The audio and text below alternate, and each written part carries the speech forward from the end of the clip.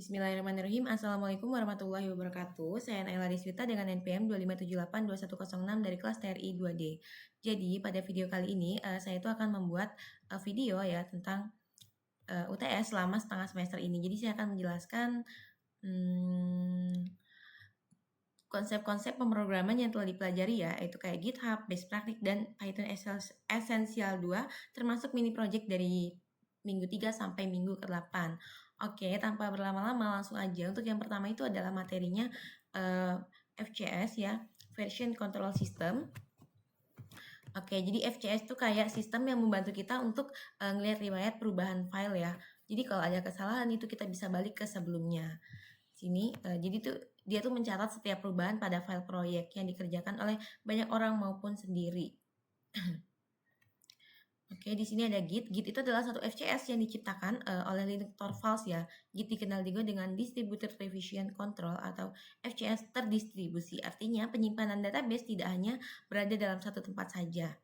Semua yang terlibat dalam proyek akan menyimpan database Git. Oke, di sini ada FCS. Ini ada beberapa kekurangan FCS ya. Simpan di satu tempat. Oke, ini ada perintah git config list. Jadi dia tuh untuk menampilkan nama ya. Seperti ini, username, user email, username Naila Deswita. Kemudian ada apa lagi nih?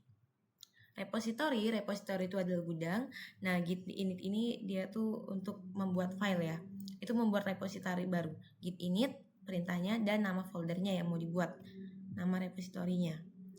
Kemudian di sini ada git init folder baru, ini kayak mengganti nama gitu. Oke, ini membuat repository ya. Kemudian di sini diperintahkan buat file kosong yang .txt, lalu buat git status. Coba kita cek aja di sini cmd.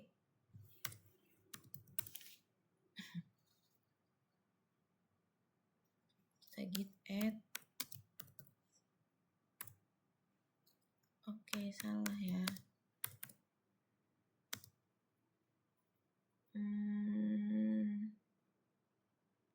Coba kita git status. Oke, ini tadi saya habis modif file 1 ya teman-teman.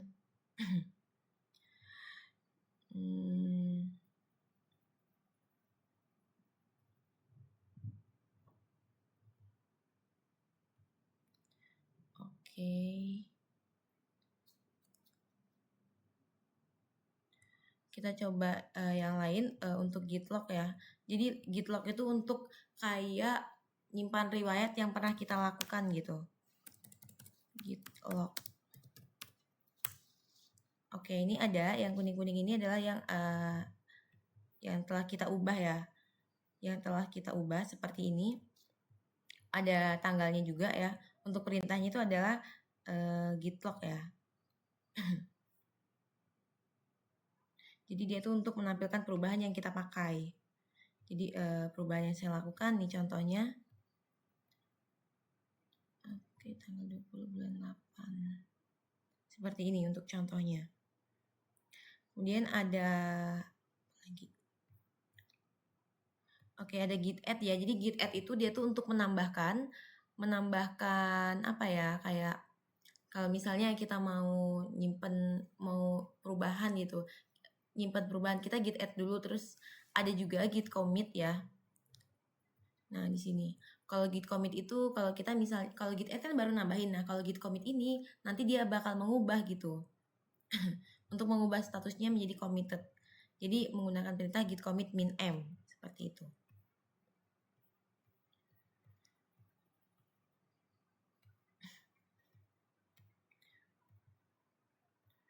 Kemudian ada git log yang tadi udah ya.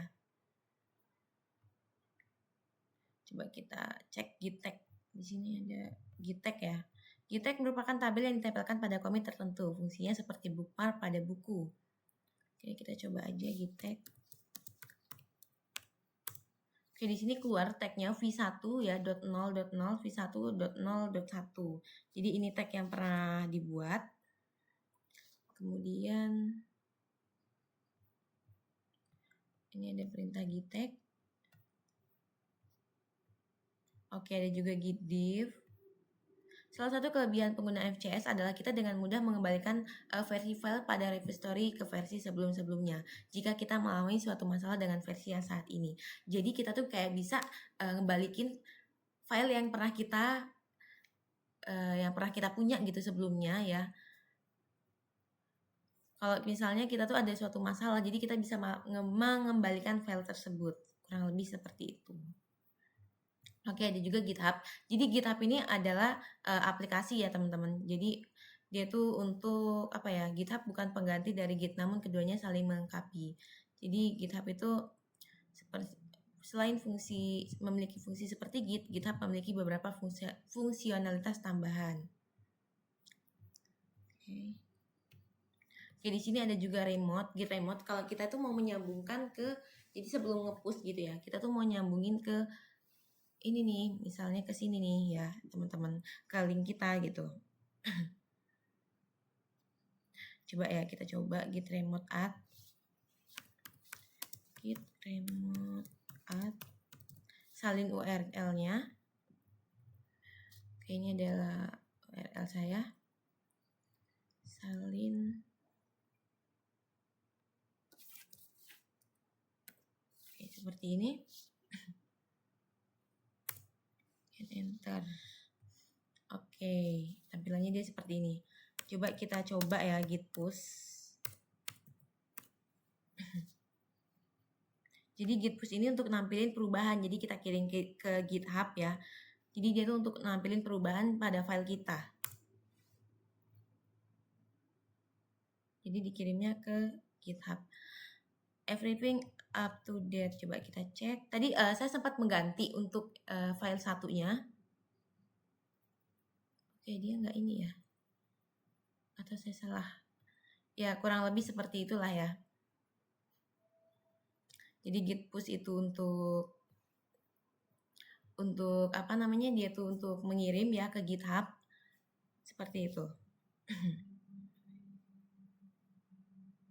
Jadi kayak melakukan perubahan yang kita kirim ke GitHub.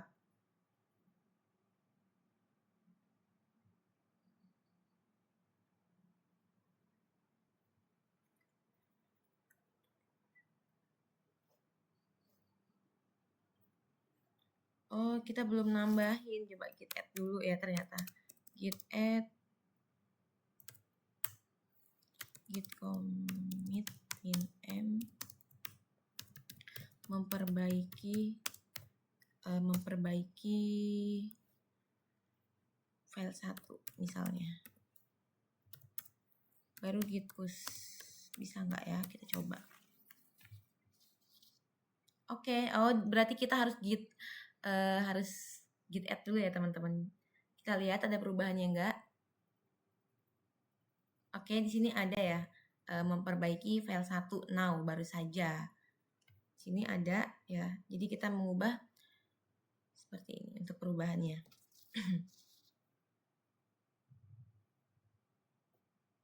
Ya, kurang lebihnya seperti itulah ya. Next, nah ini adalah perintah. Ini git clone, jadi git clone itu untuk menyalin ya.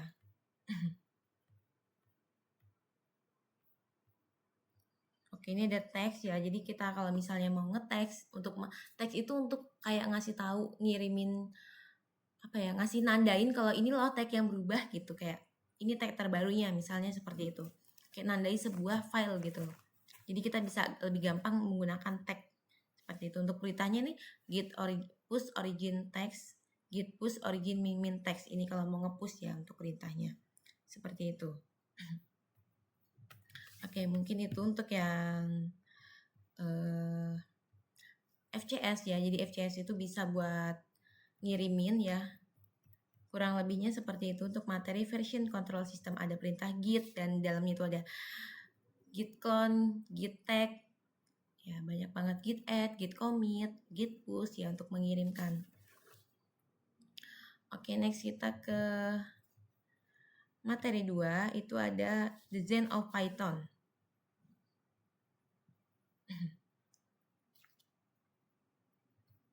Oke. Jadi Design of Python tuh bisa dibilang aturan resmi ya. Jadi kayak dia tuh sebuah prinsip atau filosofi ya dalam bahasa Python ya, supaya kita tuh menulis kode tuh bisa rapi gitu, mudah dibaca dan gampang dipahami orang lain. Di sini ada 19 prinsip atau filosofi ya, kayak beautiful is better than ugly ya, explicit is better than implicit, ada 19 ya kurang lebih. Oke, PEPS berisi informasi dari komunitas pengembang Python yang mengusulkan dan membahas perubahan dan penambahan fitur atau perbaikan pada bahasa Python. Oke, PEP merupakan kumpulan pedoman best praktik deskripsi fitur dan implementasi baru termasuk dalam proses mekanisme.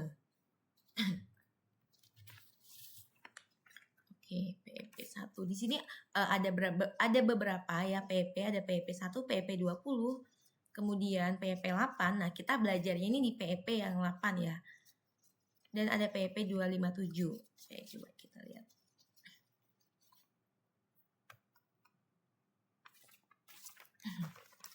PEP 1. Ini merupakan kumpulan pedoman best praktik. Ada di 3 jenis, standar track, informasional, dan proses. Oke. PEP ditujukan terutama untuk pengembang dan anggota dari komunitas Python. Design of Python terdiri atas 19 kata-kata mutiara yang merefleksikan filosofi pada pemrograman. Jadi Design of Python ini ditulis oleh Tim Peters pada tahun 1999 ya. Jadi PEP 20 menjadi PEP 20-nya itu di tahun 2004. Nah, ini ada 19 prinsip ya kurang lebih yang ada pada Design of Python. Jadi Design of Python itu kayak kumpulan prinsip atau filosofi ya dalam bahasa pemrograman supaya kita menulis kode yang rapi, mudah dibaca, dan gampang dipahami sama orang lain. Oke.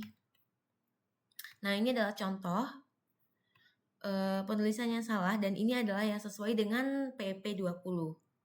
Jadi dia dikasih spasi ya teman-teman. Format import kasih spasi, sedangkan yang ini barisnya tidak dikasih, bukan spasi apa ya? Iya, spasi ke bawah ya. Jadi dia lebih rapi ya kelihatannya. Lebih cantik juga gitu. Ini juga ada seperti ini. Ini versi salah dan ini benarnya. Dia jadi lebih rapi dan mudah dibaca. Jelas dan juga nggak ribet ya. Oke, simple is better than complex. Simple lebih baik daripada yang kompleks. Simplicity merupakan kunci kesuksesan solusi sederhana agar lebih diminati daripada yang kompleks. Nah, di sini ada contoh untuk kodenya. Nah, dia lebih simple ya. Untuk yang ini dia lebih kompleks gitu.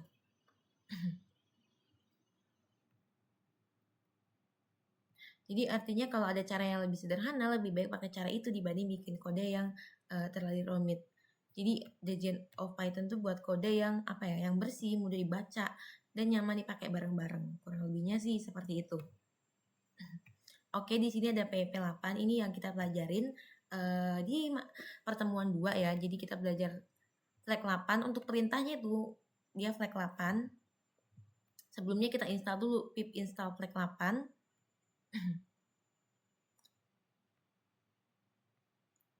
Oke, di sini merupakan salah satu pep terpenting dan must-read ya, harus dibaca, must-read oleh setiap programmer Python profesional. Oke, ini ada indentasi, tentang indentasi. Ada 2 aturan sederhana menulis program, menggunakan 4 spasi per indentation level dan menggunakan spasi bukan tab. Oke, di sini ada good ya. Kode layout continuation lines. Baris lanjutan. Jadi merupakan baris-baris kode yang dipisahkan karena terlalu panjang, juga karena ingin meningkatkan readability, keterbacaan ya. Jadi untuk Design of Python ini dia tuh ada 19 prinsip ya. Yang tadi yang di atas itu. Ini PEP 8. Jadi ada beberapa aturan prinsip-prinsipnya. Kode layout blank lines, baris kosong. Jadi dia disarankan untuk menambahkan baris kosong ya teman-teman nih. Seperti ini ada 2 baris kosong. Jadi kodenya itu terlihat lebih rapi dan mudah dibaca. Jadi perintahnya itu pip install flag 8. Seperti ini PHP 8 white space in expression. Ini menunjukkan ini versi tidak sesuai dengan flag 8, PHP 8, yang ini sesuai dengan PHP 8, versinya begini. Jadi dia lebih simpel.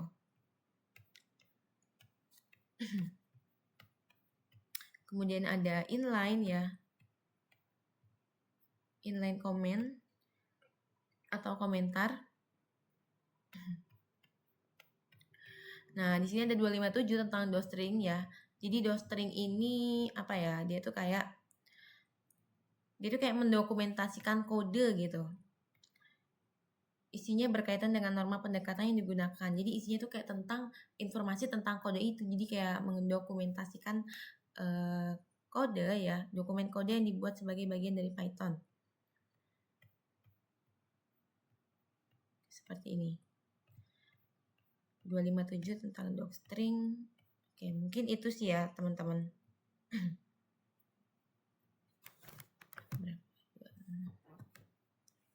Oke, docstring dapat diakses saat membaca kode dan menggunakan perintah doc. Untuk fungsi utamanya sendiri itu tuh mendokumentasikan program, mendeskripsikan penggunaannya ya. Jadi kita jelas ini dideskripsiin untuk fungsi-fungsi ini tuh apa gitu di dalam docstring, dan kemampuan program kepada pengguna yang tidak perlu tahu cara kerja detailnya. Nah, lebih seperti itu.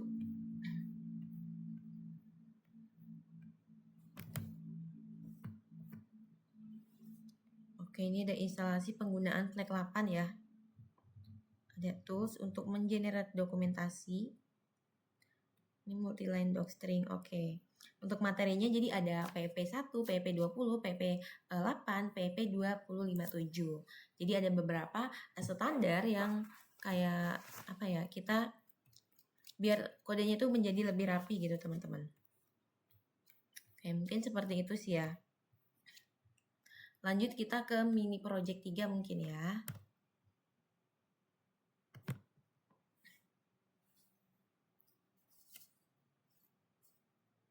Jadi kita tuh di mini project 3 ini kayak apa ya?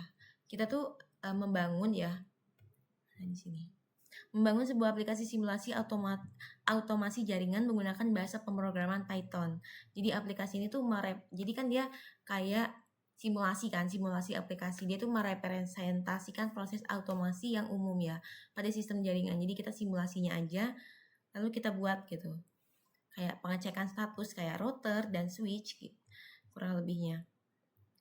Jadi mengecek sejumlah device ya, jaringan simulatif misalnya router dan switch atau server. Kemudian dia menjalankan task automasi ya terhadap device tersebut.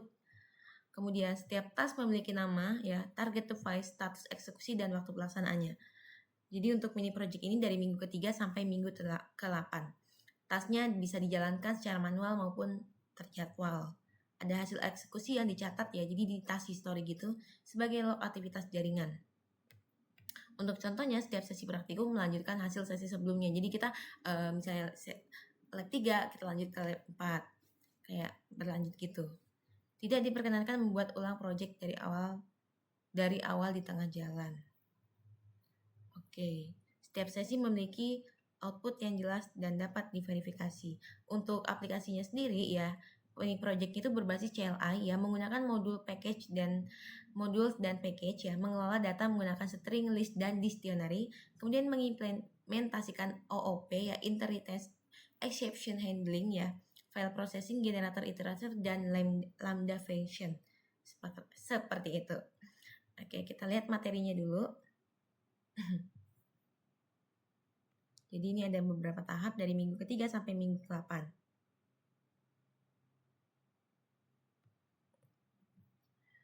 Oke, ini judulnya modul package dan PIP. About the cause. Silabus ya. Oke, kita ke introduction module in Python. Itu modul in Python. Jadi apa sih modul? Jadi kayak apa ya? Modul tuh kayak sebenarnya package dulu ya. Jadi package itu ya kayak kumpulan modul ya atau library ya yang berisi fungsi-fungsi tertentu. Jadi package itu kumpulan modul atau library yang berisi fungsi-fungsi tertentu. Ini itu untuk membuat apa ya, untuk membantu kita membuat program lebih mudah. Jadi kita nggak perlu buat semuanya itu dari awal gitu. Seperti itu untuk package. Ini the math. Oke, di sini ada materi tentang import ya, import a modul. Jadi kita tuh kayak kalau misalnya mau mengimpor isinya, misalnya ini import math. Mengimpor isi math-nya.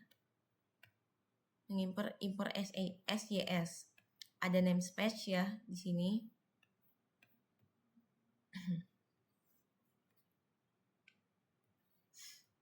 Jadi kalau untuk yang import sendiri, kalau misalnya kita import SYS, kita tuh ngambil isinya si SYS ini gitu. Ada namespace, kemudian import modul, import math. Jadi kalau kita misalnya mengimport math, kita ngambil isi dari yang ada di modul math itu gitu. Di sini ada fungsi import math, ada sin dan ada fungsi p ya. Importing a module from module import. Nah, di sini ada import modul S alias. Jadi kita tuh menggunakan aliasing ya, atau alias nih 1.1.8 dan 1.1.7 S dan aliasing. Kalau menurut saya sih kayak biar gampang aja gitu pemanggilannya. Biar dia tuh misalnya nih kita namanya matematika. Nah, kita mau import matematika SM gitu. Itu bisa lebih pemanggilannya tuh bisa lebih apa ya? Lebih simpel kan, kayak nggak terlalu panjang gitu. Print M. Nah, yang ini ya, import math SM, print M sin MP/2. Jadi kayak kita ya biar lebih pendek aja gitu. Lebih simpel lah caranya. Kurang lebih seperti itu. Ini untuk yang import. 1.2 working with standard module. Ini membuat modul ya, dir modul. Oke.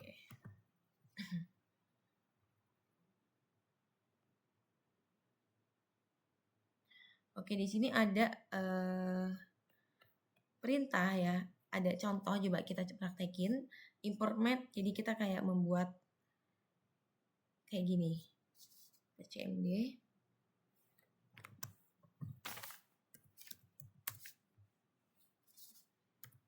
Import. Oh, kita ini dulu ya. PJ dulu. Import math.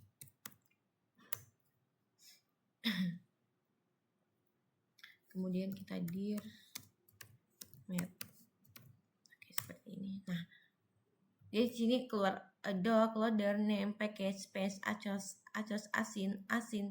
Nah, ini sama ya teman-teman, sama kayak di sini. Gitu. Dia akan menghasilkan output seperti ini kalau perintah import math, dir math. Oke. Jadi outputnya dia sama ya, seperti ini. Oke, next. 1.3 modul and package.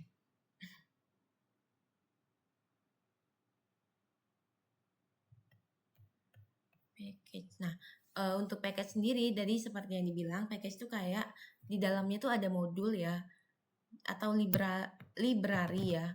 Itu yang berisi fungsi-fungsi. Jadi kumpulan dalam package ini ada beberapa kumpulan modul yang dalamnya itu berisi fungsi-fungsi gitu.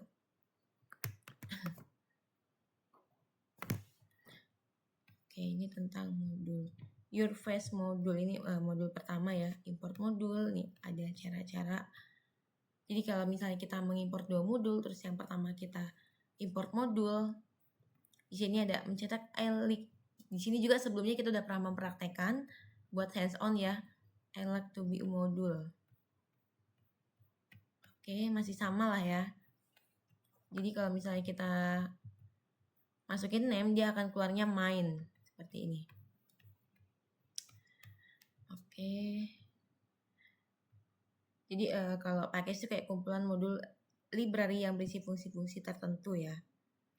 Itu tuh buat ke program tuh lebih mudah gitu.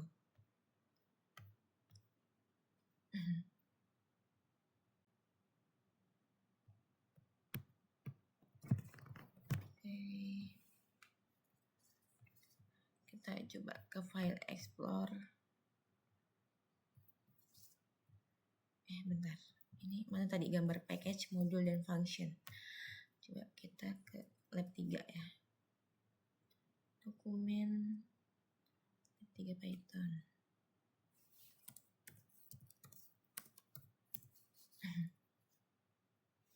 Coba kita mau lihat strukturnya. Nah, oke, di sini tuh ada package ya. Nah, di dalamnya itu ada modul ini sendiri di dalamnya itu punya fungsi-fungsi sendiri ya, punya fungsi-fungsi tertentu. Ya, seperti itu. Untuk ini modulnya, di luarnya itu ada package yang di dalam modulnya itu ada fungsi-fungsi tertentu seperti itu. Ada modul NetOps, kemudian PyCharge ya, PyCharge ini seperti ini. Kemudian ada juga next.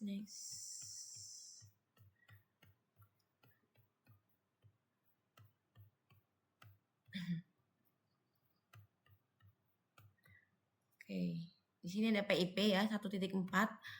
Jadi untuk menginstalnya itu ada PIP ya. Biasanya PIP install PIP min version atau PIP 3 min version.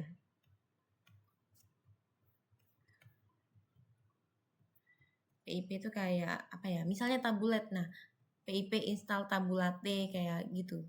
Jadi dia tuh kayak sebagai tools gitu untuk PIP sendiri. How to install to PIP.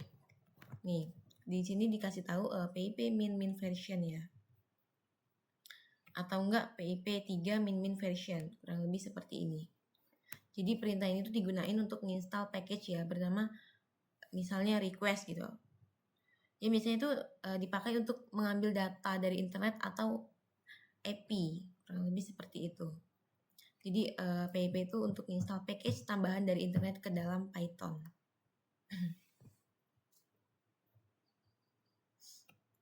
Oke.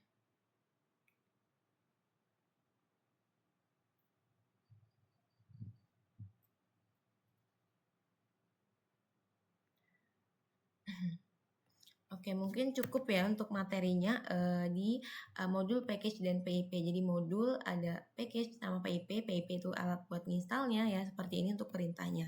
Kita mungkin lanjut ya ke mini project. Mini project 3.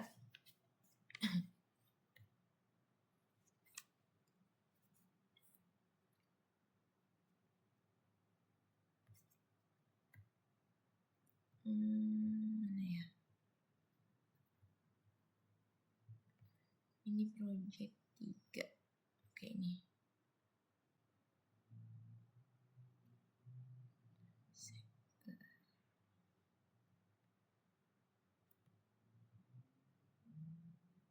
Jadi kita tuh disuruh menampilkan beberapa menu ya untuk yang di mini project ini. Jadi di dalam sebuah folder NetOps ini dia tuh isinya ada init.py sama seeker.py.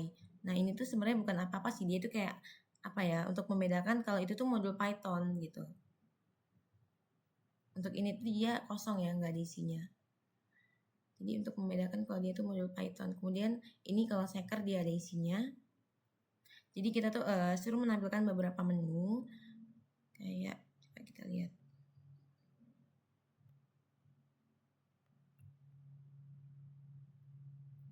Mana tadi? Kayak dua ini aja ya. Coba kita silang-silang dulu, ini yang mana?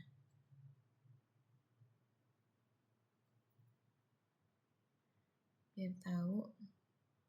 Wow, banyak juga ya.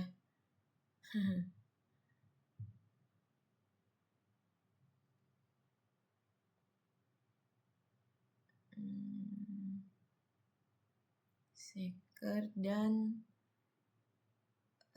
main. Oke, untuk yang pertama di sini ada seeker, jadi dia import random atau main dulu ya, sama aja. Oke, seeker dulu. Import random ya, dev check router status ya. Dia mengecek status router secara acak ya. Statusnya itu untuk statusnya. Kenapa dia di sini import random? Karena kita kan mau biar acak gitu, up atau down-nya.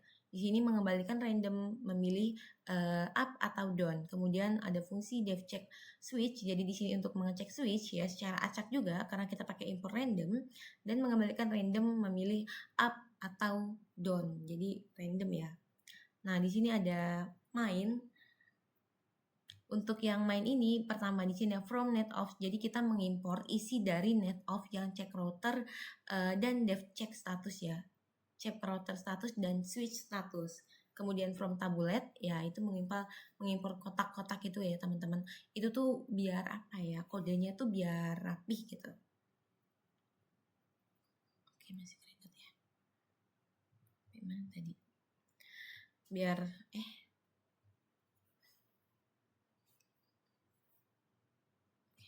Biar kodenya tuh rapi. Oke, di sini kita membuat fungsi utama untuk di main ini adalah modul utamanya ya. Jadi di sini saya menampilkan network automation mencetak keluaran network automation text simulator menggunakan perintah print, dan ada nama dengan npm saya. Kemudian di sini saya menggunakan while true.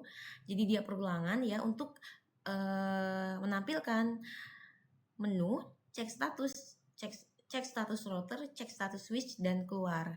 Jadi pilih, kita masukkan angka 1, 2 atau apapun ya. Yang pertama def check router status ya. Di sini ada table, nanti outputnya dia kayak tabulate gitu karena kita memakai tabulate ya. Kemudian ada headersnya, kemudian ada perangkat, dan ada statusnya. Untuk statusnya sendiri dia keluarnya nanti up atau down ya. Kemudian dia berbentuk tabulate. Kemudian elif choice 2 ini, jadi dia tuh kayak kalau misalnya satu udah, ya pilihan yang lain yang dua seperti ini, def check switch status. Kemudian ini outputnya table. Kemudian elif choice pilih yang 3. Kalau misalnya yang pertama itu dia cek router status, yang kedua cek switch status, kita pilih 3, dia keluar dari program. Kalau misalnya dia ketik yang lain 4, 5 atau 6, dia akan mencetak pilihan tidak valid, coba lagi ya. Seperti itu untuk logika di mini project 3. Jadi kita tuh disuruh buat pilihan ini di sini menggunakan while true ya, cek status router, cek status switch, dan keluar seperti ini.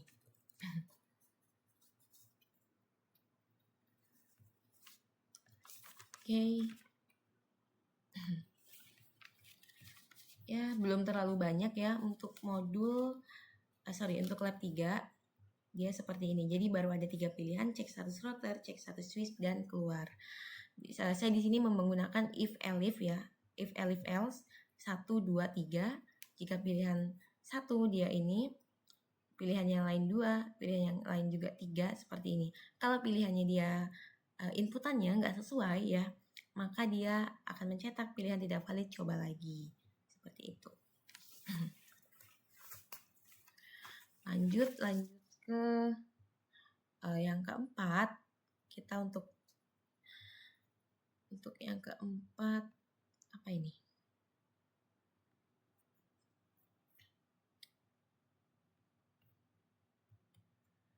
Oke, kita buka soal 4.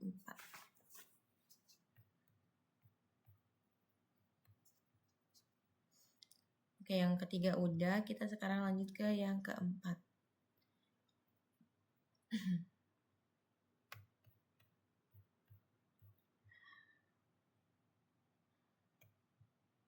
Oke, jadi materi yang keempat ini strings and list method exception ya. Untuk materinya.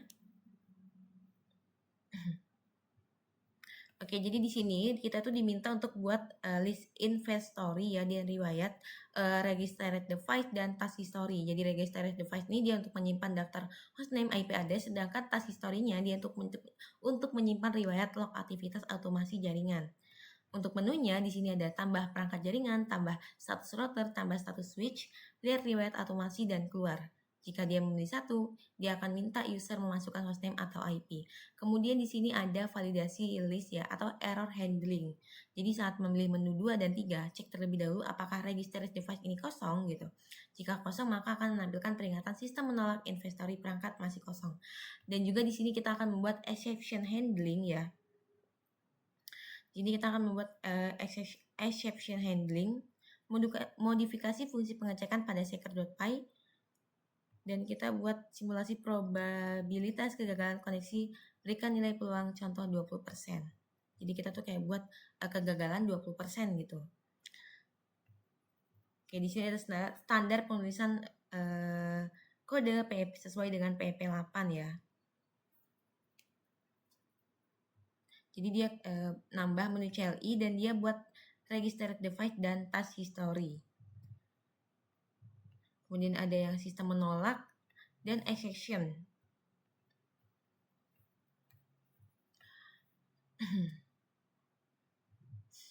Kita langsung aja ke yang keempat ya.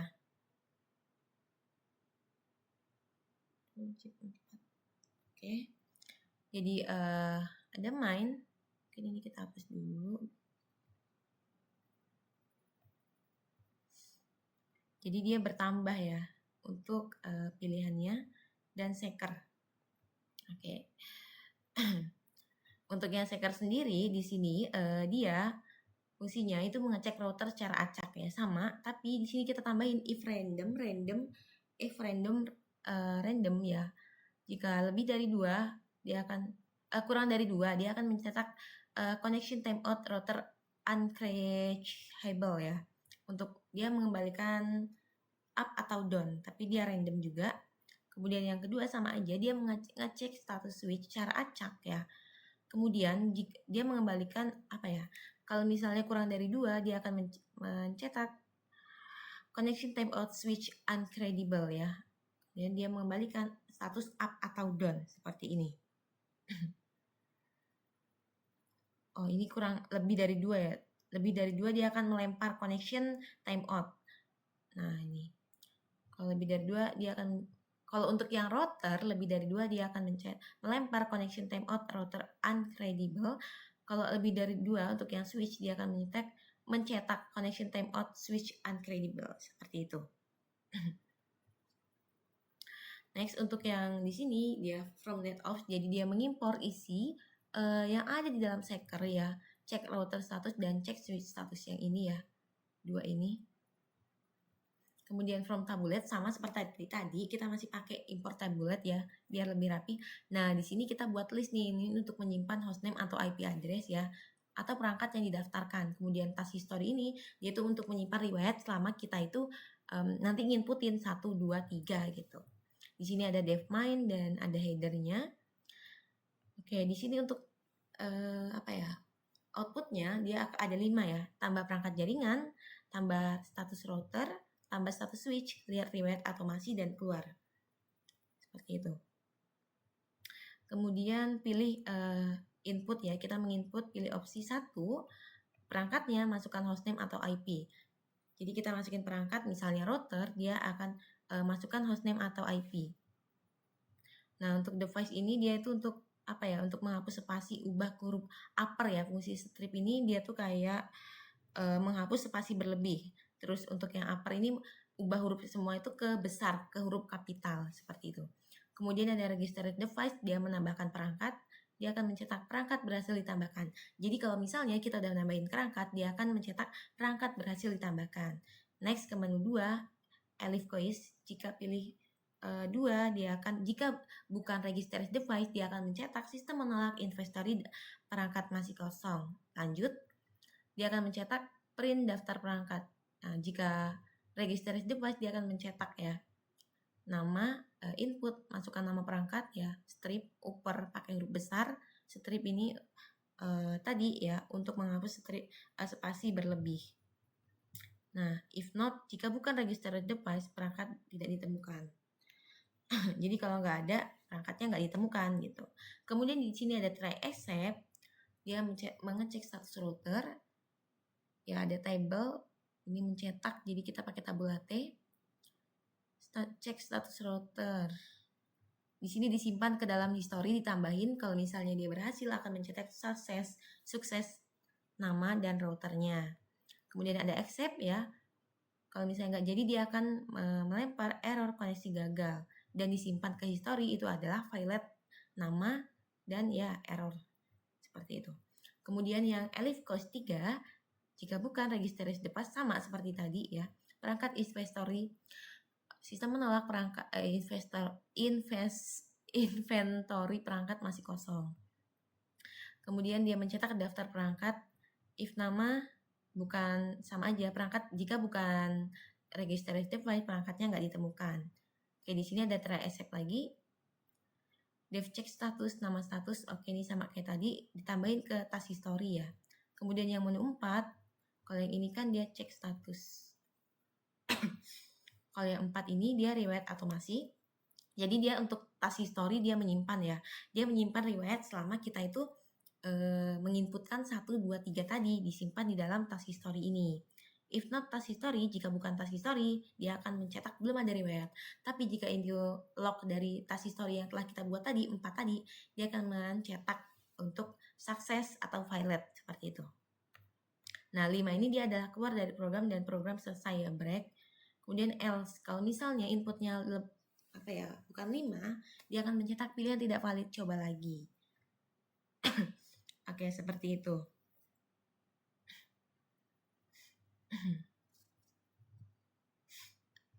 Checker tadi udah saya jelasin.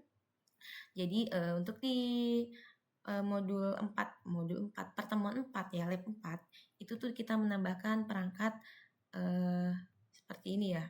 Tambah perangkat jaringan, lihat yang ini udah ada tadi, cek status router, cek status switch. Jadi sekarang untuk di modul 4 itu ada 5 pilihannya. Ya, kurang lebihnya seperti itu ya teman-teman. Oke, udah berapa menit ini?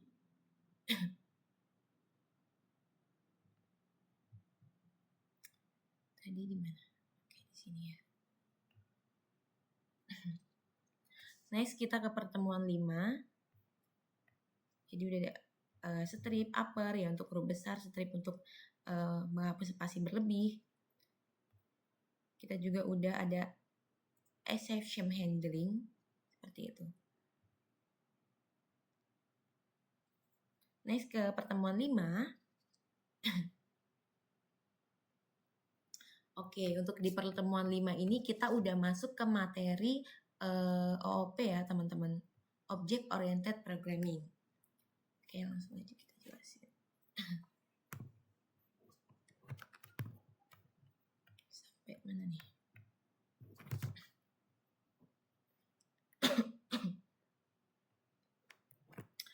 Oke, di sini ada jadi dalam objek itu ya, OOP itu ada namanya objek, kelas, metode, dan atribut.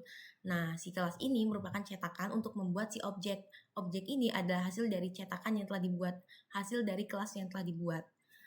Kayak kita itu mau buat kue gitu ya. Nah, cetakan ini, kue ini, kelas ini kayak cetakannya gitu. Sedangkan objek ini adalah hasil kue yang udah jadi gitu. Nah, metode ini merupakan kayak karakteristik ya, atau tindakan ya yang dilakukan sama si objek. Kemudian metode itu perlakuan ya, atau tindakan. Nah, atribut itu kayak karakteristik. Jadi kayak misalnya mobil itu punya warna merah, kemudian model, punya merek, kayak ciri-ciri gitu lah, kayak karakteristik. Nah, kalau di sini ada kayak, nah seperti ini. Jadi dalam OOP itu ada kelas ya, merupakan template atau blueprint cetakan. Objek itu adalah hasilnya. Methods itu adalah tindakan. Atribut, nah atribut itu kayak karakteristik. Ya kurang lebih seperti itulah ya. Ini ada upper class, middle class, lower class, class hierarchies. What is an object? Oke, di sini ada inheritance. Jadi inheritance itu kayak pewarisan gitu. Misalnya orang tua punya anak, orang tua ini punya tanah dan dia mewariskan ke anaknya. Nah, anak ini memakai warisan dari orang tuanya. Jadi dia itu kayak pewarisan gitu ya. Nah, itu kayak inheritance gitu. Jadi kurang lebih inheritance itu seperti itu. Konsep pewarisan.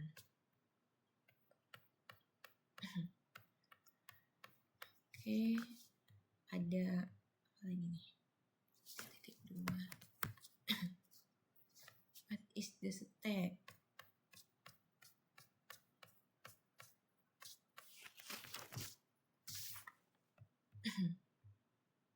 Next ke section 3.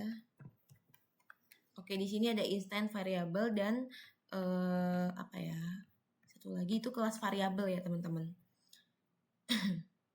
Jadi instant variable tuh kayak variabel yang dimiliki masing-masing objek gitu.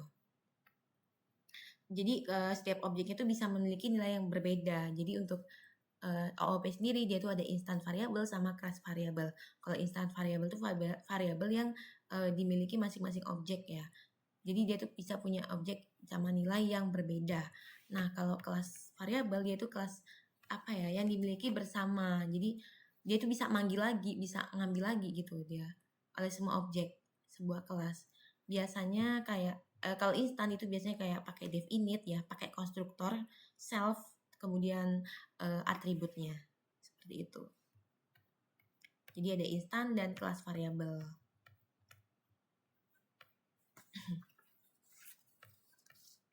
Ini merupakan contoh kodenya.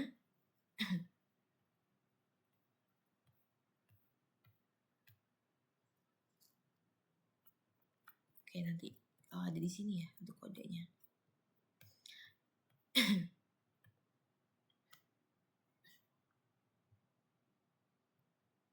Nah, kalau untuk kelas sendiri dia ada mana ya kelas-kelas. Nah, ini dia ada def init self ya. Dia mengambil self. Kemudian seperti ini untuk contoh kelas variabel. Kalau yang instan dia seperti ini.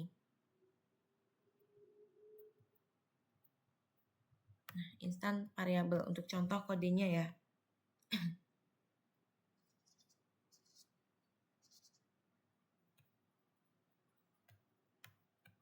Oke, mungkin kurang lebih seperti itu. Jadi ada instan, ada sama kelas.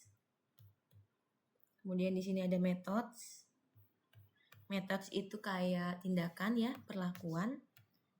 Jadi si parent sama child ini punya method gitu. Yang bisa diturunin.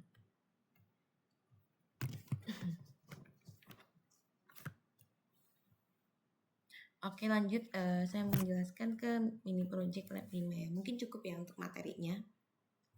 Ini kita hapus dulu aja.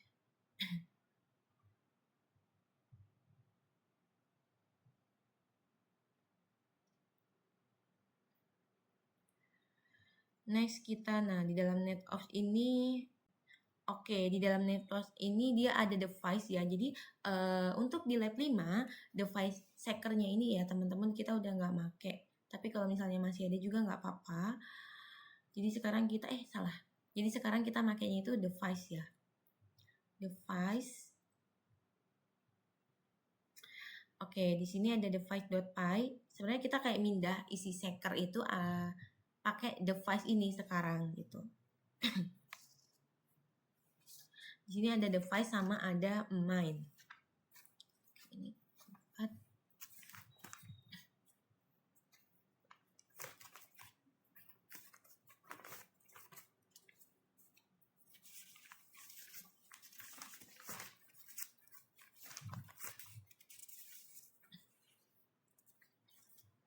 Oke, jadi yang pertama di sini kita ini modul representasi perangkat jaringan.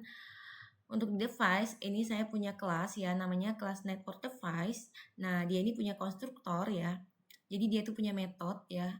Di sini ada atributnya itu hostname sama IP address. Untuk shell status ya dia unknown. Kemudian ada metodenya def check router ya. Mensimulasikan router. Oke. Jika random lebih dari 2, maka dia akan melempar connection timeout pada router. Nah, kemudian ada self statusnya yang diambil dari sini. Jadi dia itu kayak orang tua ya, mewarisin ke child, ke anaknya gitu. Self status random choice memilih up atau down, jadi random ya. Mengembalikan self status. Oke. Self statusnya itu unknown. Kemudian def check switch self, dia mensimulasikan pengecekan status switch ya. Nah, jadi dia akan mengembalikan up atau down. If random, jika lebih dari 2, maka dia akan melempar connection timeout pada switch. Untuk statusnya up atau down. Jadi di sini tuh kayak OOP ada parent child ya, parent child, parent class yang ini network device, dan yang ini dev router dan dev switch ini adalah childnya, anaknya gitulah ibaratnya. Dia mewarisi network device ini mewarisi ke dev router ya, pakai dev init ini, konstruktor ini gitu.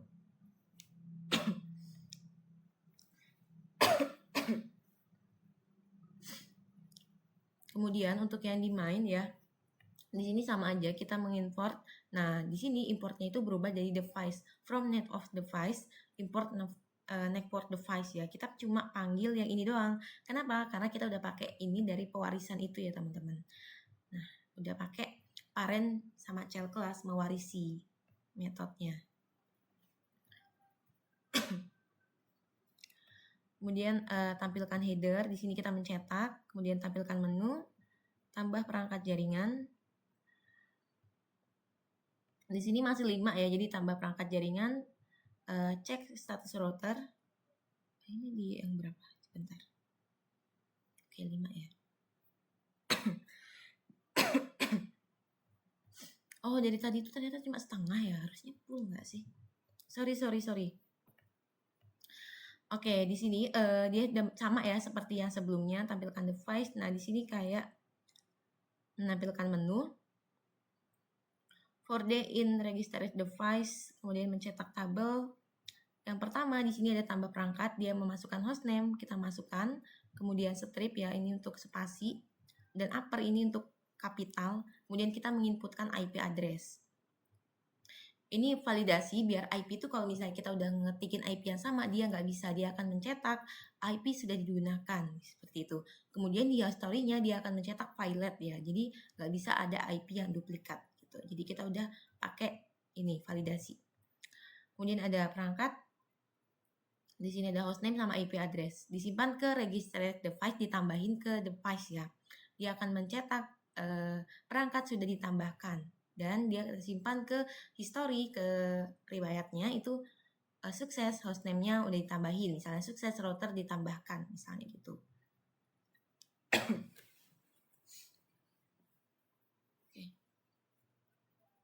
Kemudian jika tidak menemukan registered device, dia akan mencetak sistem menolak inventory perangkat masih kosong.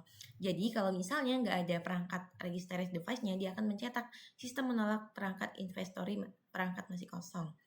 Dan tersimpan di riwayatnya itu bakal lihat filelet inventory kosong gitu. Oke, seperti ini. Nah, ini jika registered device ya. Di sini ada try ya, status dev check router, except dia akan melempar timeout koneksi router timeout. Ini mana ininya?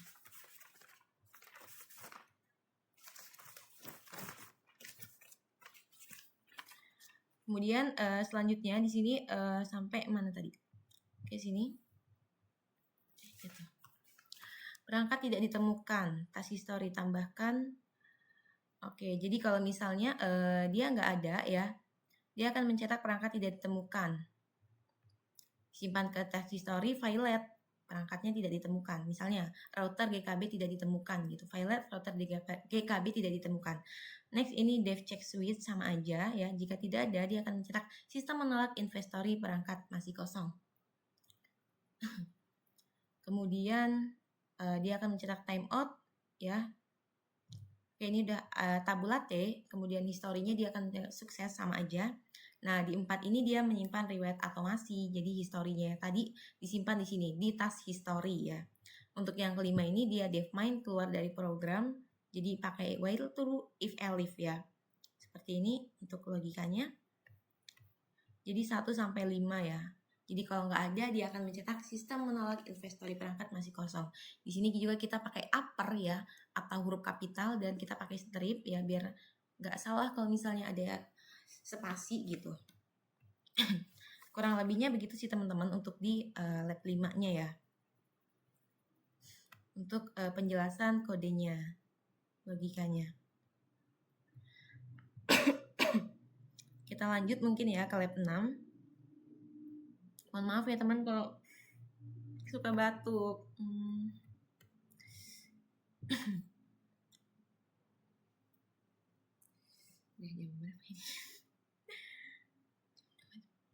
Oke, kita next ke soal yang lab 6.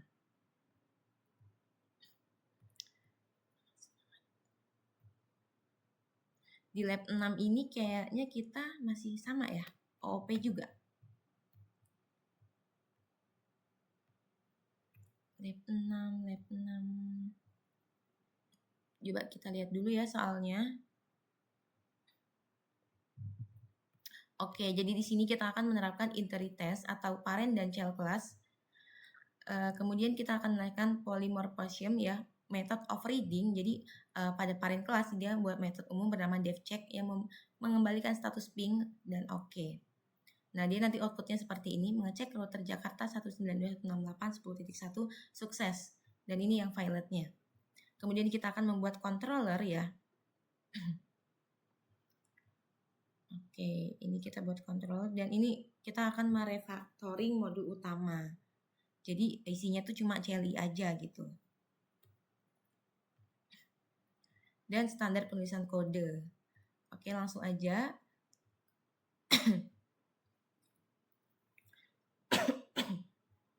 Kita ke lab 6.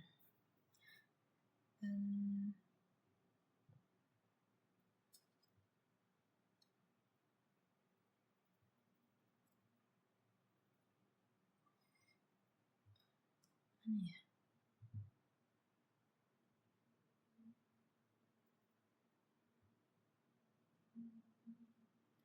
Oke, ini.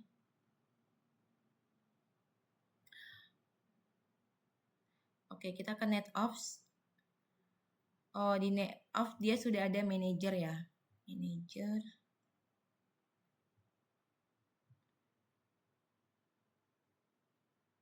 Device.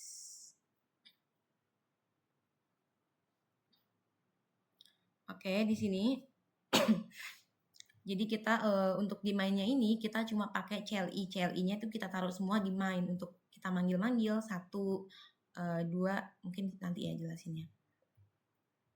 Oke, di device.py kita buat inheritance atau pewarisan ya. Di sini kita pakai seperti yang saya jelaskan tadi. Sebenarnya kita udah pakai dari tadi ya. Network device ini adalah parent kelasnya, kemudian dev init ini adalah konstruktor ya, kita pakai atribut hostname dan IP address, kemudian dev check status ini adalah metodenya yang kita gunakan di child class, di kelas router device kita pakai super init ya untuk memanggil dev init ini gitu.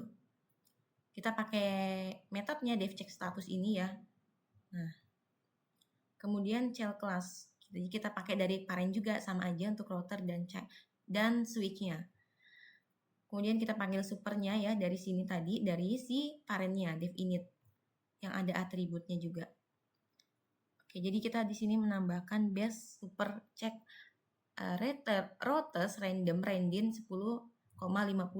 Di sini kita menambahkan VLAN random randin 2,10 ya. Jadi dia akan membalikan FTP for link active VLAN. Seperti ini. Jika random lebih dari 2, dia akan melempar connection timeout. Oh, ini masih sama yang tadi. Jadi perbedaannya di sini, VLAN sama di routers ya. Next kita ke manajernya. Jadi tadi kan mainnya kan CLI aja. Nah, jadi isinya di sini ada controller kelas ya, di mana dia di manajer ini. Jadi di sini dia untuk mengelola perangkat jaringan router dan switch-nya.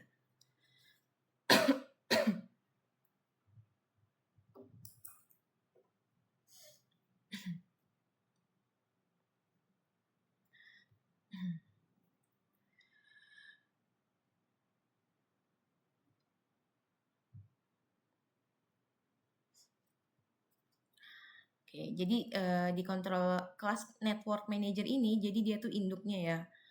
Jadi yang ini kontrol kelasnya dan ini ada konstruktor. Nah, di sini dia menyimpan self-registered device dan self-registered self-registered device ini dia buat hostname atau IP, self-test history dia ini untuk menyimpan riwayat automasi. Kemudian kita di sini menambahkan dev app device ya. Teman-teman bentar ya, mau izin minum dulu.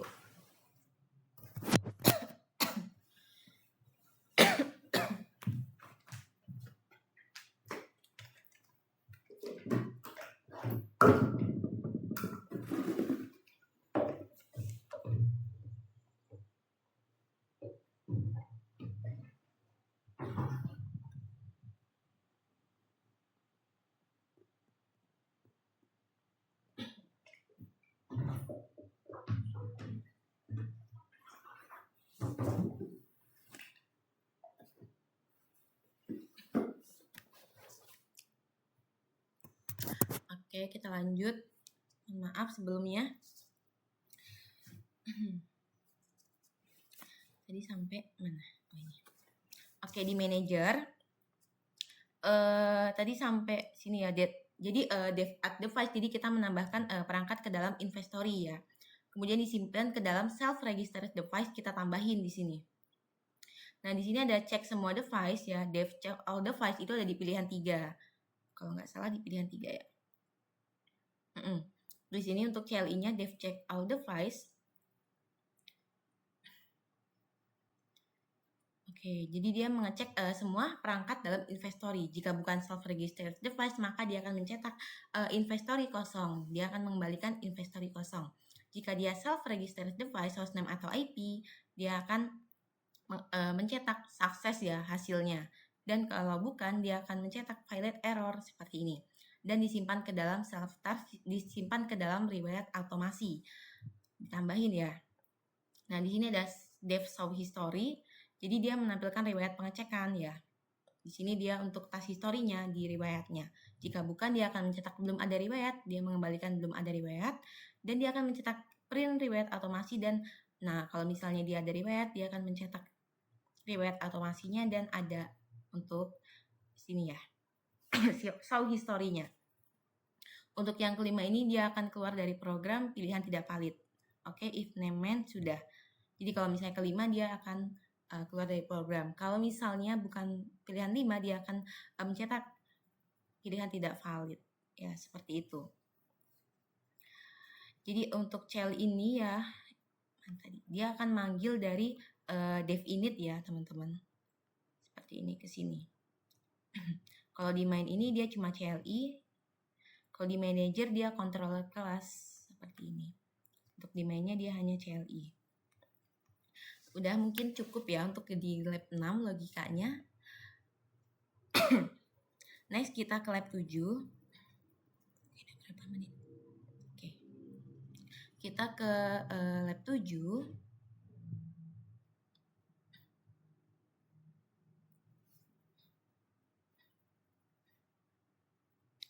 Oke, tunggu. Lab 7, untuk lab 7 udah beda ya materinya. Oke, kita buka. Untuk di sini kita akan menambahkan custom exception ya untuk fitur respon error spesifik. Jadi untuk outputnya dia begini. Mengecek router GKB error dan ada actionnya. Jadi kalau misalnya error dia akan menampilkan mengirim permintaan reset kredensial ke admin, action cek koneksi kabel fisik atau port link status.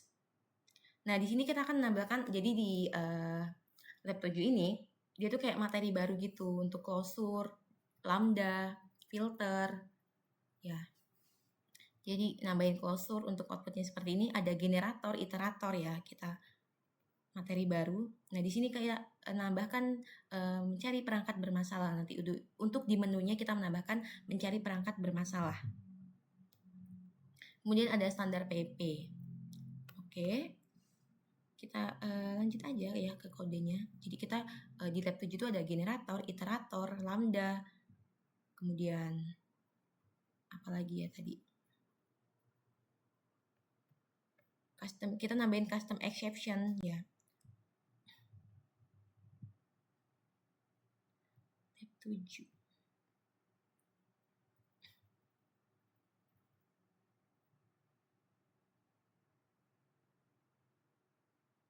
Oke, tadi kan udah ada manager ya. Di sini masih aja manager sama device juga. Mungkin device-nya ini kemungkinan masih sama sih. Nanti kita cek lagi. Device.py. Oke. Oke, untuk yang device dia return sama ya, masih sama. Oh ya, di sini kita menambahkan kelas device time error, kelas authentication error, exception ya. Jadi kita menambahkan exception. Jadi sebenarnya exception itu banyak banget kayak value error, syntax error, zero division error. Pokoknya banyak banget lah ya. Kita juga udah pernah belajar sebelumnya. Nurul juga udah pernah jelasin ya banyak untuk seperti ini ya, device time error, exception, class authentication error ya. Intinya banyak lah untuk error itu jenis-jenisnya. Syntax error, value error.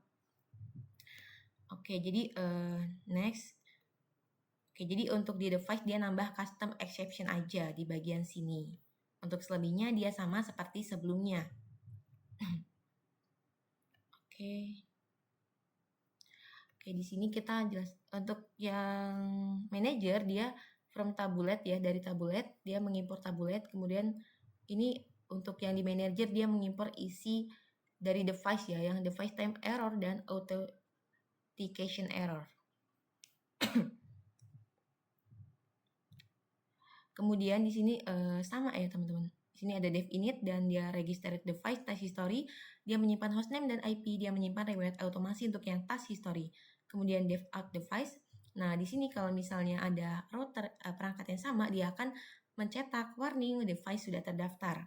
Kemudian dia menambahkan ke registered device. Yang ini dia mengecek semua perangkat, ya ini masih sama ya. For the in self-registered device, dia akan mengecek hostname-nya. Dia akan menghasilkan output sukses dan hasilnya. Kemudian disimpan ke task history tambah. Kemudian dia ada hostname, IP address, sukses, dan hasilnya. Untuk yang device time error, dia akan mencetak error device time error seperti ini. Dia akan cek ada action, cek koneksi kabel fisik, port link status. Ini untuk output kalau misalnya error.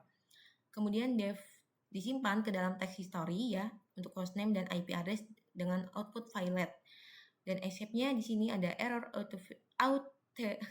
authentication error, dan dia akan mencetak action kirim permintaan reset kredensial ke admin.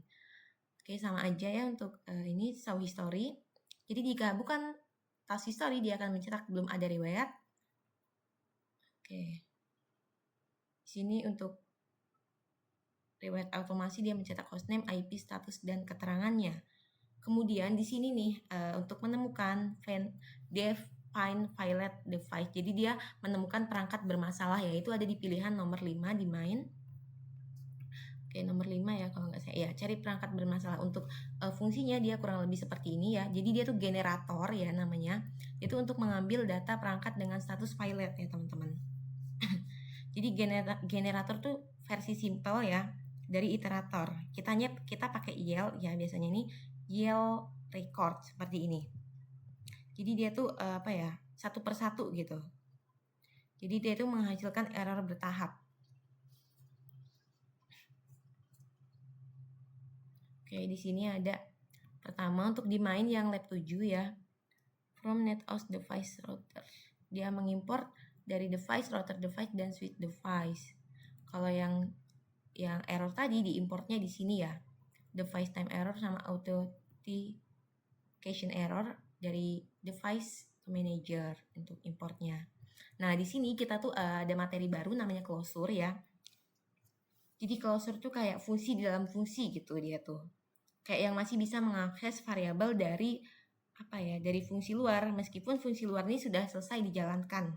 Ya, jadi dia memakai closure. Ini ada closure hostname factory. Jadi dia di awal kode ya, di atas ini kode lokasi. Jadi dia itu untuk menghasilkan hostname berdasarkan lokasi dan tipe perangkat. Di sini ada dev generate name. Di sini ada tipe perangkat dan ID perangkat. Dia akan mengembalikan kode lokasi, tipe perangkat dengan huruf besar ya, kapital, ID perangkat. Nah, untuk hostname factory-nya itu adalah GKB ya. Oke, ini masih sama header, menu di sini kita tambah cari perangkat bermasalah. Jadi kita akan mencari perangkat bermasalah while true. Oke, di sini kita pakai perulangan while true ya. tambah router, pilih menu. Jadi di sini kita menambahkan inputnya, masukkan ID dan ada hostname ya. Jadi kalau misalnya kita masukkan hostname, dia akan tercatat langsung GKB karena tadi kita udah input GKB ya di sini. Kemudian IP input, masukkan IP address dan device, router device dia di sini, hostname dan IP. Kemudian ada manager, dia akan menambahkan device-nya, menambahkan perangkatnya, dan akan mencetak perangkat baru di registrasi dan nama hostname-nya. Kemudian ada switch, sama aja, dia memasukkan ID dan dia akan memasukkan otomatis, jadi dia pakai cursor tuh dia akan memasukkan otomatis namanya ya, GKB itu. Jadi kita nggak perlu input ulang, jadi dia sudah tahu gitu. IP, kemudian masukkan IP address, device, ya ini ada hostname dan IP, dan dia akan mencetak perangkat baru di registrasi. Dan yang ketiga ada cek semua perangkat, ini udah ada di manager ya, cek semua perangkat, dev check all device di sini. Kemudian nomor 4 dia mencetak task history atau show history ya, jadi mencetak riwayat otomasi. Nah, nomor 5 ini di sini kita mencari perangkat bermasalah. Di sini generator ya, dia cari error satu persatu. Nah, di sini ada jadi generator tuh kayak versi simple dari iterator ya. Kita tuh pakai YAML yang di sini tadi. Nah, di sini. Oke. Di sini gen find filelet ya. Jadi dia tuh kayak menemukan apa sih? Menghasilkan error terhadap error bertahap gitu lah ya, menghasilkan error secara bertahap. Jadi gen manager find filelet ditemukan perangkat bermasalah gitu ya, salah, ditemukan salah, dia akan buat perulangan data next gen selanjutnya ya. Itu untuk mengambil data berikutnya. Data next gen ini dipakai untuk mengambil data berikutnya. Jika datanya tidak ditemukan, dia akan mencetak info tidak ada perangkat bermasalah. Tapi kalau yang lain, kalau udah info pencarian selesai, tidak ada perangkat bermasalah lainnya, dan dia selesai. Ditemukan benar. Ya, ada hostname, IP, hasil, dan data. Dia akan mencetak ditemukan error kalau misalnya ada error, dan kalau misalnya ada error kita akan tekan enter. Ya, logikanya kurang lebih seperti itu. Jadi generator tuh kayak mencetak satu persatu gitu. Kalau misalnya ada error kita tekan enter ya dari kitanya. Dan enter. Kalau misalnya nggak ada dia akan mencetak info pencarian selesai, tidak ada perangkat bermasalah lainnya. Dan 6 keluar, program keluar ya. Pilihan tidak valid. Ini kalau misalnya inputnya tidak sesuai. Kalau misalnya inputnya itu bukan 6. Ya, kurang lebih seperti itu ya teman-teman. Untuk manager udah, di sini ada define filelet, ini generator ya. Jadi pakai YAML satu persatu untuk cari errornya. Error bertahap. Oke, mungkin lab 7 selesai ya. Pertemuan 7. Untuk logikanya sudah. Oke. Kita next ke soal 8.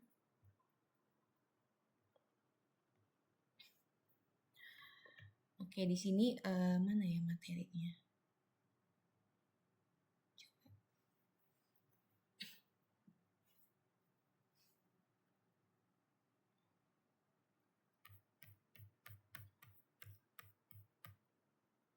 Soal 8. Oh ya, materinya tentang modul miscellaneous. Modul 4 miscellaneous. Oke.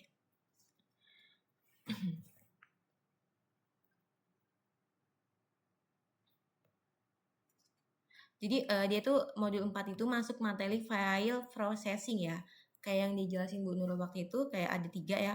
TXT, CSV, dan JSON ya. Kalau nggak salah. Sini ada generator, ini tadi kita udah.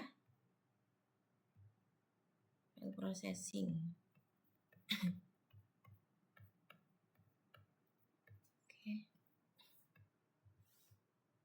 Oke, jadi kemarin kita udah mempraktekkan ya di lab 3 Python. Di sini kita ada network. Nah, di sini sebelumnya kita udah melakukan praktiknya seperti ini. Jadi ini untuk filenya saya dotnya txt ya. Dot mana tadi? Nah, ini dot txt.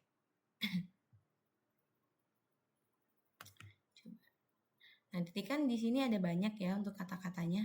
Di sini dia tertulis 2707 bytes ya. Nah, itu tuh satu bytes-nya itu satu huruf gitu. Jadi semuanya ini ada 2707 bytes. Jadi ini untuk satu bytes-nya itu satu huruf. Dia akan tersimpan otomatis ya karena kita menggunakan A. Nanti bisa dijelaskan. Jadi satu huruf itu satu bytes gitu. Coba kita search contoh file apa ya, CSV ya. Kalau untuk TXT kan udah ya, dia seperti ini. Jadi kan ada 3, TXT, CSV sama JSON. Ya. Oke. Apa ya namanya? Oh ya. Contoh file CSV. Enter. Oke, di sini untuk contohnya ya. Jadi CSV itu wah, panjang kali ya.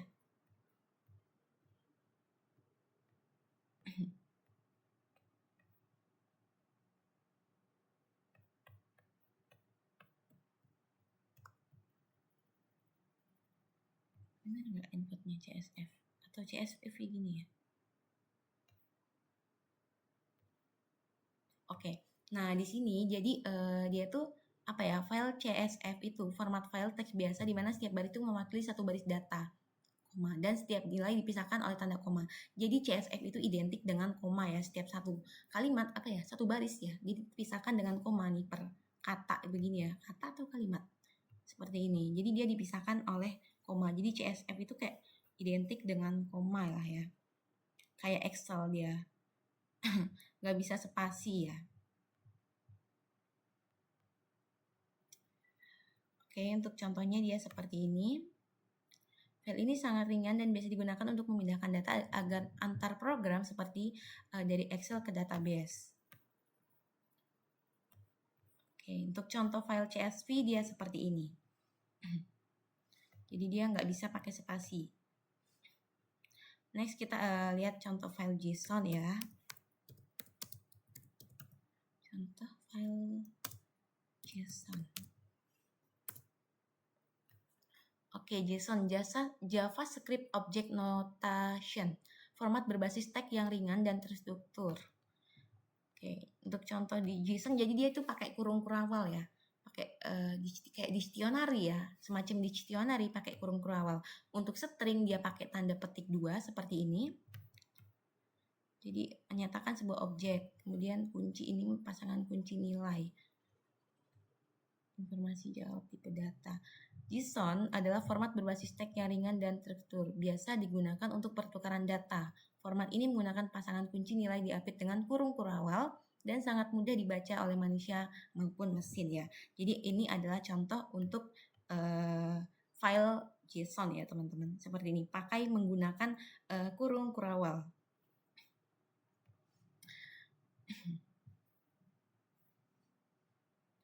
Oke, next kita ke materi, untuk kodenya.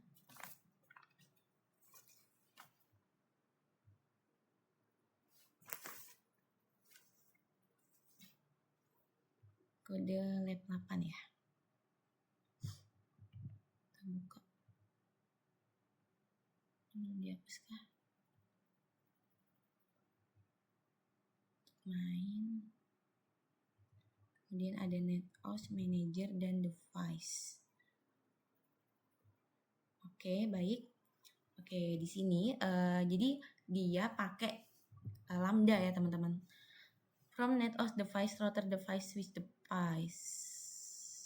Router device. Oke, masih sama ya untuk untuk device-nya dia masih sama. Oh, yang ini nih. Dia if change jika berubah. Oke, dari awal aja. Jadi untuk yang ini dev check status ya. Dia berubah random. Jika change lebih dari 2, dia akan mencetak destination host uncreable, if change lebih dari 4, dia akan kredensial SSH ditolak dan mengembalikan ping OK. Sama aja dia yang ini routing OSPF aktif ini sudah ya. Oke, next ke manager. Jadi di sini untuk yang di manager dia menambah apa ya? Dev check all device masih oke. Di try accept. Di try ini jika mencetak status dia akan mencetak mencetak sukses ya. Format log sukses log. Oke, jadi kita menambah materi lambda sama apa ya? Lambda filter ya, teman-teman. Sama yang file itu, file log, file processing, yang .txt. Accept device time error. Jadi kalau misalnya ada device time error, dia akan mencetak device time error action cek koneksi kabel fisik. Ini sama seperti yang tadi. Kemudian format log filelet. Jadi ini untuk yang filelet ya, dia seperti ini untuk outputnya nanti. Kemudian disimpan ke dalam task history, append. Nah, ini untuk accept yang lain, dia akan mencetak error authentication error dan action kirim permintaan reset kredensial admin. Oke, ini sama aja. Nah, di sini yang baru nih ada audit auto save audit log ya. Jadi with open network audit log A. Jadi A itu artinya buka file untuk menambahkan ke bawah ya, untuk menambahkan data baru gitu. Itu artinya tambahkan ke bawah. Jadi log lama itu tetap aman ya. Contohnya tuh seperti ini tadi kode yang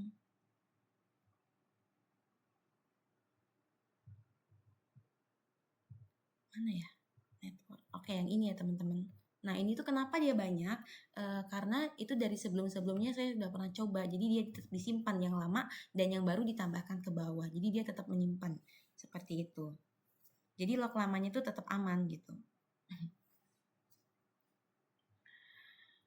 Oke, kemudian nah with open. With open ini buat buka gitu ya. Nah, file write log ini dia isi variabel log tadi yang dimasukkan ke file ya.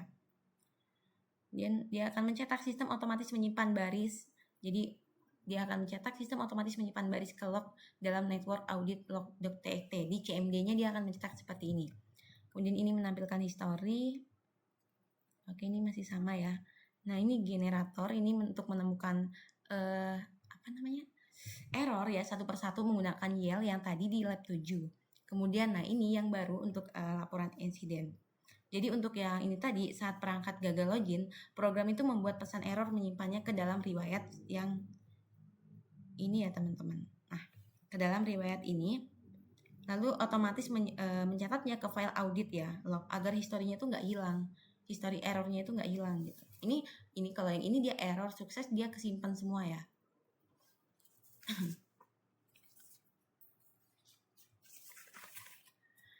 Next ke laporan insiden ya. Di sini ada dev generate laporan report ya. Di sini tuh ada lambda ya teman-teman.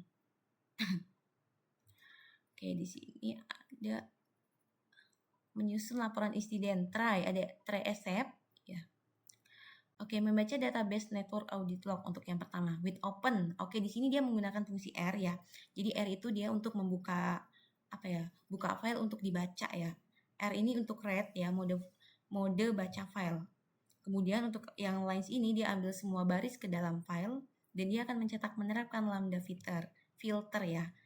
Lalu disimpan ke list. Jadi apa tuh filter ya? Jadi sebenarnya filter tuh kayak dipakai untuk menyaring data tertentu. Nah, kalau lambda itu kayak fungsi dalam fungsi. Jadi dia tuh kayak fungsi tanpa nama gitu untuk lambda sendiri. Jadi dia tuh kayak function singkat gitu. Kok fungsi dalam fungsi sih? Sorry, salah. Function ya, fungsi singkat. Jadi fungsi tanpa nama gitu. Jadi kalau lambda ini dia cuma ambil hanya baris yang mengandung filet, yang mengandung gagal gitu ya, yang gagal aja. Kemudian dia tuh bakal menampilkan laporan perangkat bermasalah sama jumlah totalnya ya, total insidennya. Oke, seperti itu. Ini untuk filter dan lambda penerapannya filet logs ya. Jadi dia mengambil yang salah aja, yang filet aja. Kemudian dia akan mencetak hasil filter perangkat bermasalah. Jika bukan violet lock, dia akan mencetak info tidak ada perangkat bermasalah dan dia mengembalikan info tidak ada perangkat bermasalah. Dan di sini ada for i ya, kita pakai for i. Enumerate itu untuk membuat nomor secara otomatis untuk enumerate. Kemudian ada strip ini untuk memperbaiki apa sih namanya? Spasi ya, spasi. Kemudian print ya, dia akan mencetak laporan selesai dicetak dan totalnya bakal keluar ya, dia menghitung isi. Kemudian insiden tercatat di database seperti itu.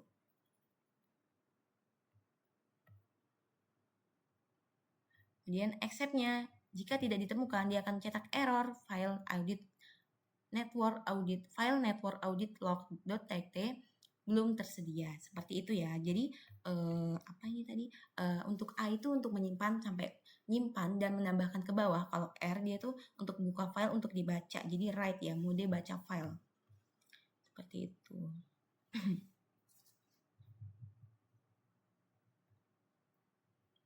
Oke, nah untuk mainnya dia seperti ini. Ini closure inisialisasi udah ya, sama seperti yang sebelumnya. Tambah switch, cek semua perangkat, history.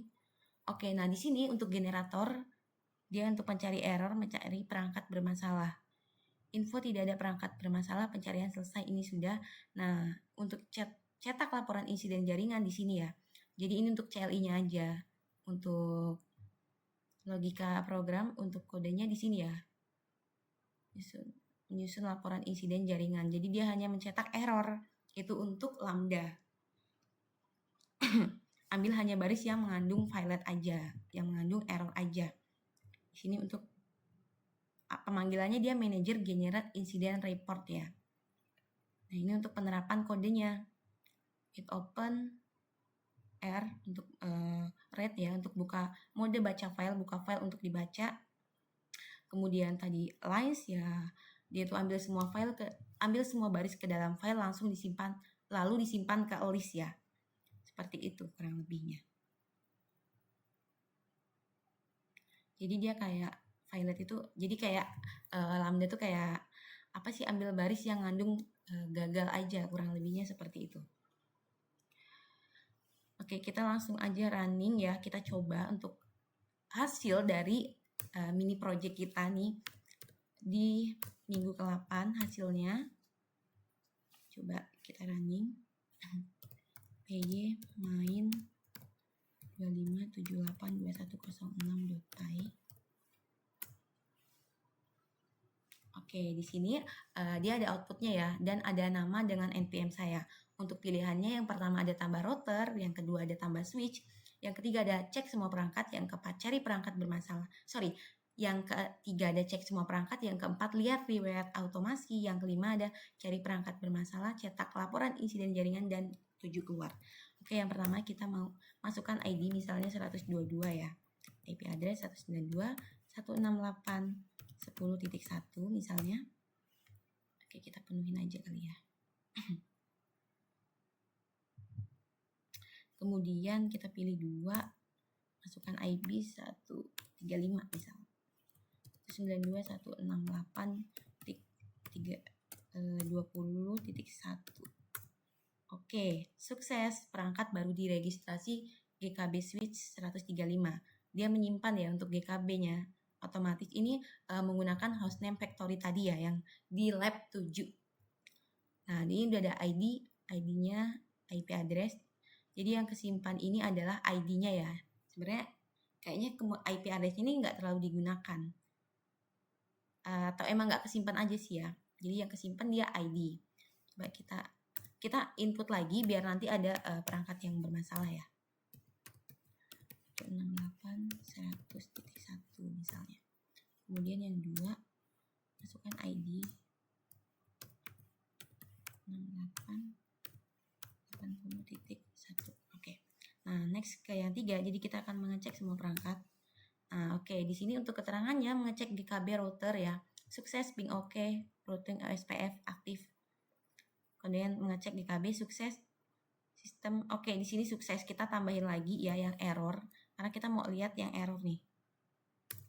Misalnya 5.192.168.18.1. Coba kita tambahin lagi 1. 8.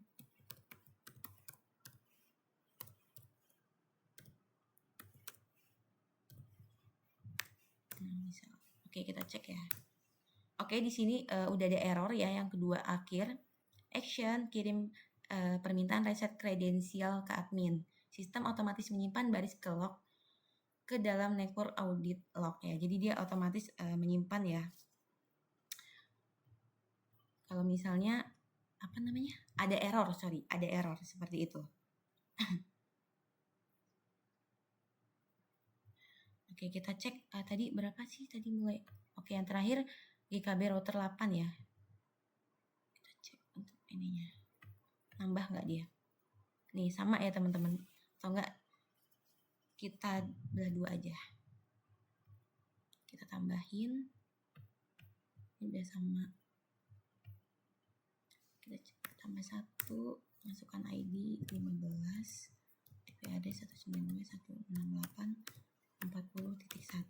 Kita coba 1 dulu. Kemudian kita cek nambah nggak ya? Ini kan terakhir GKB router 8 ya.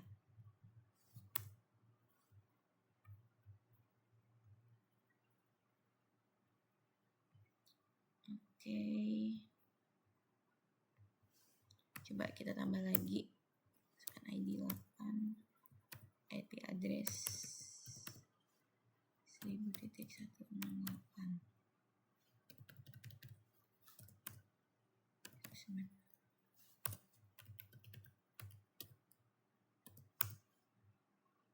Oke, kita cek 3.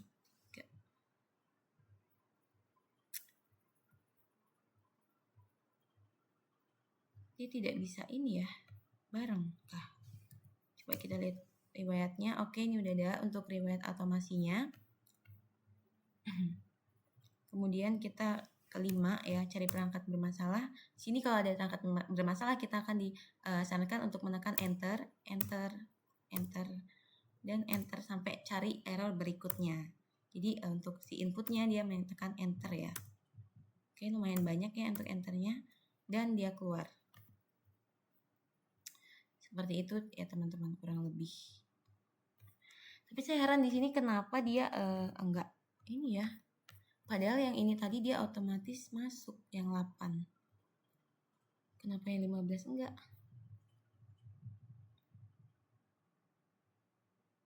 Coba lihat dulu. Oh, oke, masuk ya, ternyata nggak kelihatan di sini. Ternyata masuk ya 15-nya. Oke, tadi terakhir angkanya adalah 15 ya. Berarti sudah bisa ya. Jadi kalau misalnya kita nambahin lagi errornya, berarti di audit network, audit lognya dia juga nambah gitu ya. Jadi kesimpan otomatis. Seperti itu. Udah ke tadi sampai ke yang 5, mencari perangkat bermasalah. Oke, di sini kita yang ke-6, cetak laporan insiden. Nah, di sini ada 26 ya, teman-teman. 122 yang terakhir. GKB router 122.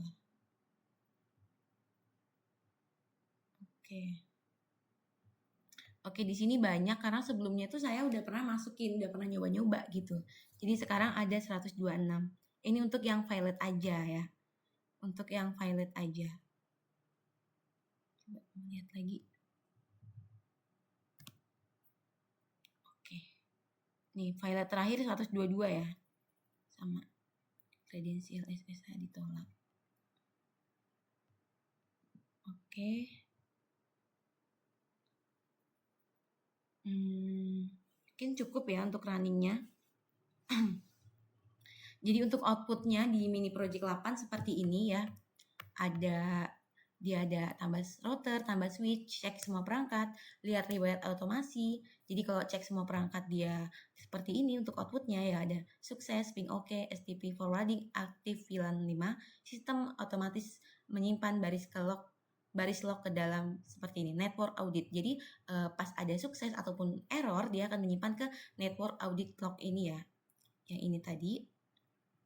Oke. Nah, kalau misalnya untuk yang error saja, dia nyimpan di sini ya, teman-teman. Jadi pakai apa tadi yang error aja? Lambda. Pakai Sebentar saya lupa ya. Iya pakai lambda ya tadi yang error aja. Oke, lanjut ya. Mungkin 7 keluar dari program. Sudah selesai ya. Jadi itu mini projectnya. Lanjut kita menjawab soal yang ada di Netaket pertanyaan.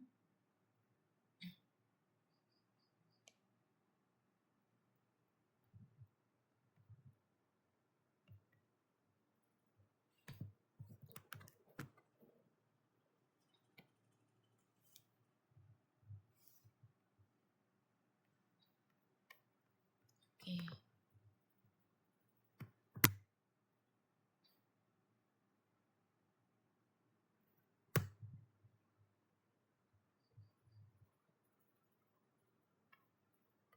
Kok nggak bisa ya? Kenapa? Oke, sorry, mohon maaf. Oke, di sini yang pertama pertanyaannya itu sebutkan materi yang paling mengubah cara pandangmu paling berkesan dalam pemrograman dan jelaskan kegunaannya dalam tugas ini. Sebenarnya kalau dibilang paling berkesan banyak sih ya, karena kan ada hampir semua sih sebenarnya. Kayak saya juga kan di semester 2 ini baru mempelajari ini kan, materi ini. Jadi kayak, wah ternyata banyak ya yang saya tuh nggak tahu gitu. Kan ada modul, package, PIP, kemudian string, exception ya. Ternyata exception tuh banyak. Terus ada OOP ini lebih luas lagi ya. Mungkin OOP lah kalau misalnya bisa dijawab. Ada lambda, ada closure, ada filter ya. Ya banyak banget ya pokoknya. Nggak banyak banget sih ya. Maksudnya banyak yang saya tuh nggak tahu gitu.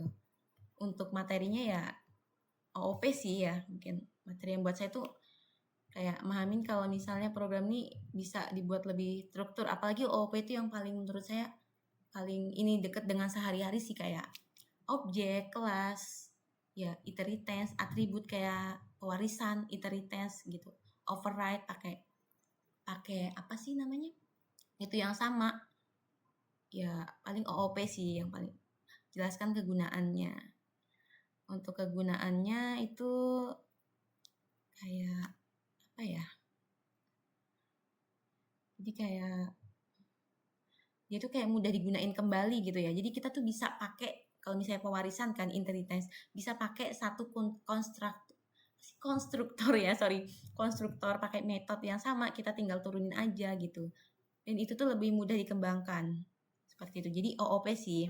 Sebenarnya hampir semua karena kayak wah ternyata keren-keren ya pemrograman ini, banyak banget ternyata yang saya tuh gak tahu, ternyata keren-keren gitu, bagus. Terus yang kedua selanjutnya, jadi OOP sih. Ungkapkan materi yang paling menantang, paling sulit selama setengah semester ini. Dan usaha apa yang telah dilakukan untuk menaklukkannya. Materi. Sebenarnya jujur aja ya, saya kalau misalnya materi semuanya susah. Tapi yang paling susah sejauh ini sampai sekarang, saya itu sebenarnya belum mengerti banget tentang lambda, closure, mungkin logika saya yang kurang jalan. Sejujurnya saya belum mengerti tentang itu sih, tentang lambda, closure, sama apa yang dilakukan. Oh ya, ada juga waktu Git sama GitHub di materi pertama ya, version control system itu kan daring posisinya. Saya tuh sebenarnya bingung kayak ini gimana sih sebenarnya pertamanya ini tuh untuk apa? Walaupun searching tuh kayak nggak kebayang ini tuh untuk apa. Apalagi posisinya waktu itu daring kan, jadi kita tuh nggak bisa tanya sama temen gitu yang emang ya karena kan jauh-jauh juga kan gitu, karena posisinya daring di rumah ya. GitHub itu pertemuan 1 sama lambda, menurut saya itu paling sulit sih selama setengah semester ini. Jadi saya tanya teman-teman sih, tanya AI juga gitu. Terus lihat video cutting juga, sempat lihat video cutting. Kemudian selanjutnya, ceritakan kendala utama selama mengikuti perkuliahan dan praktikum pemrograman jaringan. Kendala utama.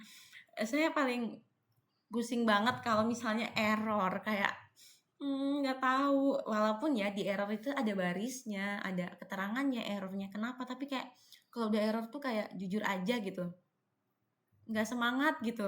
Tapi kalau misalnya udah lancar-lancar aja gitu, pasti kayak semangat. Tapi kalau udah error kayak udah, aduh gimana ini gitu.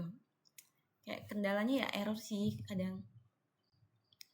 Terus waktu ya GitHub itu materi yang daring itu menurut saya susah sih, kayak gimana ya ini gimana ya, pokoknya bingung aja gitu, kurang ngerti waktu daring itu sih. Jadi paling susah untuk pas netprop ini materi selama setengah semester ini. Kendala utamanya sih kalau saya waktu error gitu. Ya error aja sih. Apalagi kalau error indentasi kayak udah bener, kayak kenapa, mungkin pas tab spasi gitu mungkin ya. Mungkin itu sih. Ada lagi nggak yang mau dijawab? Jadi untuk materinya saya yang paling berkesan tuh OOP, kemudian paling menantang itu ya GitHub itu yang version control system di awal karena daring saya nggak ngerti ya, dan Lambda sampai sekarang saya kurang ngerti banyak sejujurnya. Kemudian kendalanya kalau misalnya error, ya seperti itulah. Oke, mungkin cukup sekian ya video penjelasan dari saya. Kurang lebihnya saya mohon maaf bila ada salah kata. Saya juga mohon maaf kalau misalnya tadi keskip ya karena saya batuk. Saya akhiri, wassalamualaikum warahmatullahi wabarakatuh.